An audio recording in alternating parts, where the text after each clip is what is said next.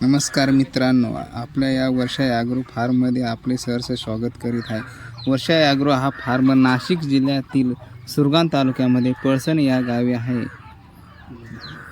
आमच्याकडे अस्सल गावरान कोंबडीचे पिल्लं आता सध्या तरी उपलब्ध आहे. आज आपण या व्हिडिओमध्ये अंड्यावर कोंबडी कशी बसवायची त्याबद्दल थोडी माहिती घेणार आहोत.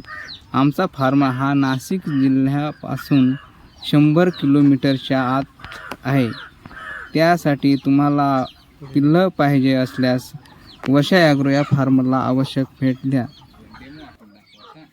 आपल्याकडं जर अंड्यावरल्या कोंबड्या जास्त असतील तर त्या एकमेकाच्या डब्यामध्ये अंडी घालू शकतात. त्यामुळे शवणं असलेले कोंबडी ते पिल्लं व्यवस्थित काढू शकत नाही. त्यासाठी आपण या चित्रामध्ये बघू शकता की पहिले जे अंडे घातलेले आहे त्यांना आम्ही खुणा केलेले आहे. म्हणजे दुसरी कोंबडी जर ज्या ठिकाणी अंडे घातले तर ते आपले काढून दुसऱ्या डब्यामध्ये ठेवू शकतो. जर असं केल्याने शेतकऱ्यांना फायदा होऊ शकतो, नाहीतर शेतकऱ्यांचं नुकसान होऊ शकतो.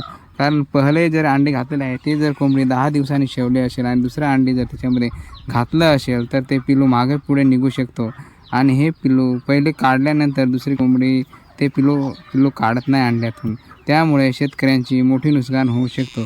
त्यासाठी शेतकऱ्याने पहिल्या डब्यामध्ये जर टाकले समजा 10 अंडे किंवा 15 अंडे, ते कोंबडी जर अंड्यावर बसवली तर त्याच्यात दुसरी कोंबडी अंडी घातली तर ते अंडू दुसऱ्या दिवशी किंवा त्याच दिवशी काढून दुसऱ्या डब्यामध्ये ठेवणे अत्यंत आवश्यक आहे.